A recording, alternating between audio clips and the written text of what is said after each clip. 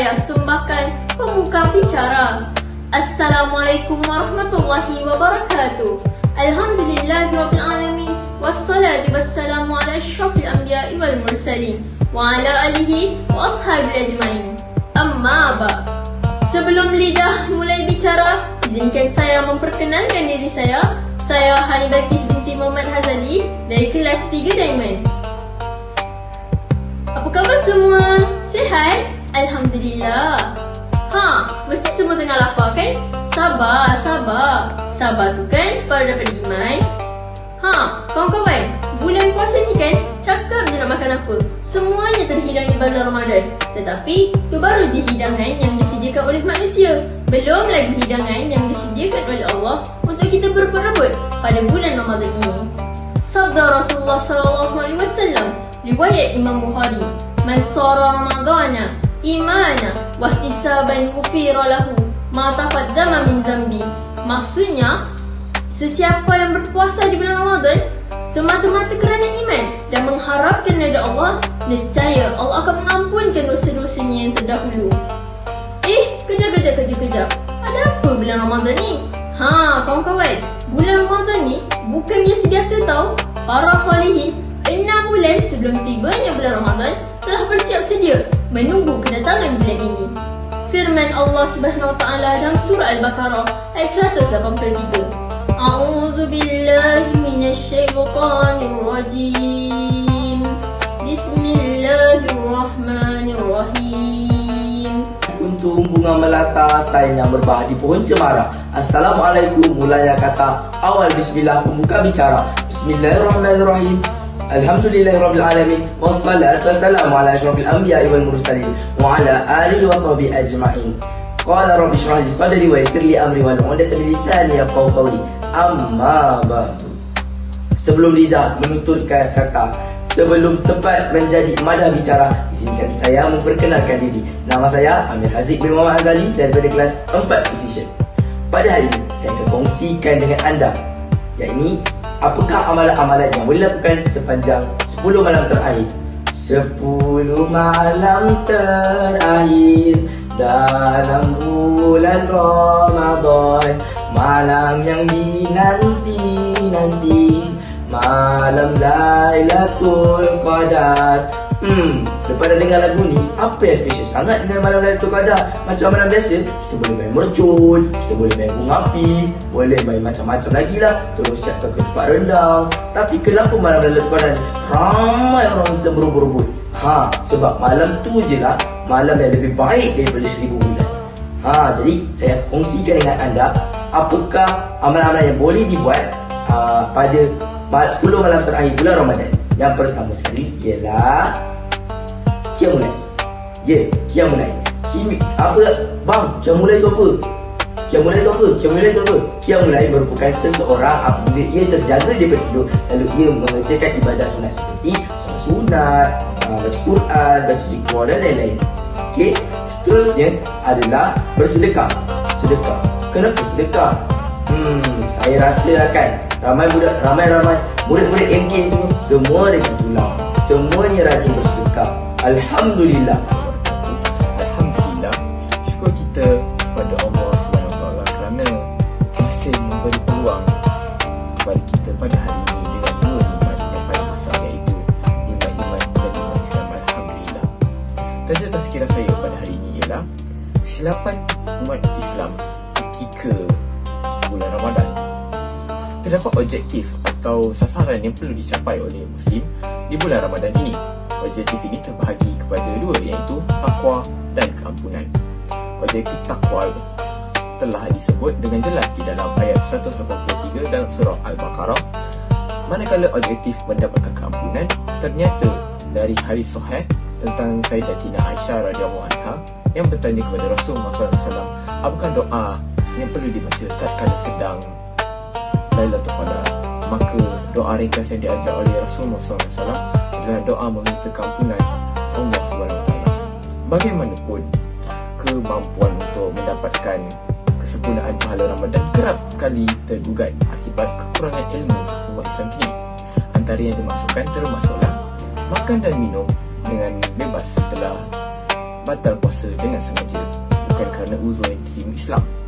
Perlu diketahui bahawa sesiapa yang batal puasanya dengan sengaja tanpa uzur seperti mengeluarkan mani secara sengaja, merokok, makan dan minum, dilarang baginya untuk makan dan minum lagi atau melakukan apa jua perkara yang membatalkan puasa yang lain sepanjang hari itu. Perkara ini dikira sebagai denda yang pertama baginya selain kewajipan menggantikan puasanya. Keadaan ini disebut di dalam sebuah hadis yang bermaksud sesungguhnya sesiapa yang telah makan atau puasa, hendaklah dia berpuasa pasti waktu harinya itu. Riwayat Al-Bukhari.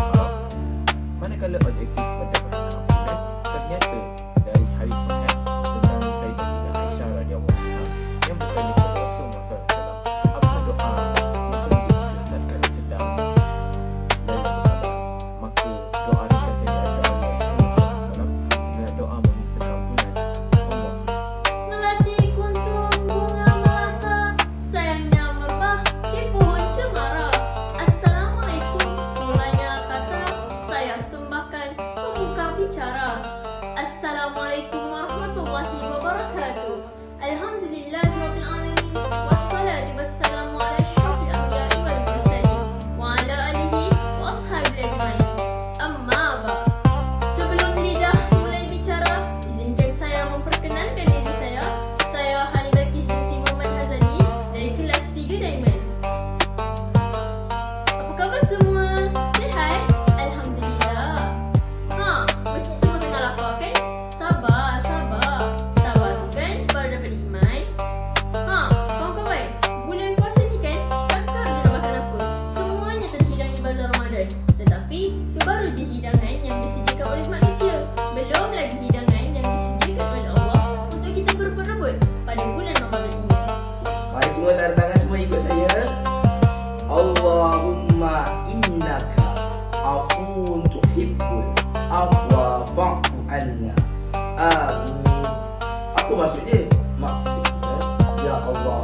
Engkau Maha Pemaaf dan Engkau menyertai orang yang meminta maaf kerana aku meminta maaf. Maksudnya Allah suka orang minta maaf. So, ampunkan ku keluargaku dan seluruh umat Nabiku, beri kami kedudukan tinggi di syurga Firdausi. Amin. Itu adalah antara amalan yang boleh kita lakukan sepanjang 10 malam terakhir ini. Banyak lagi sebenarnya yang nak saya kongsikan, tapi masalahnya masa telah mencemburui kita.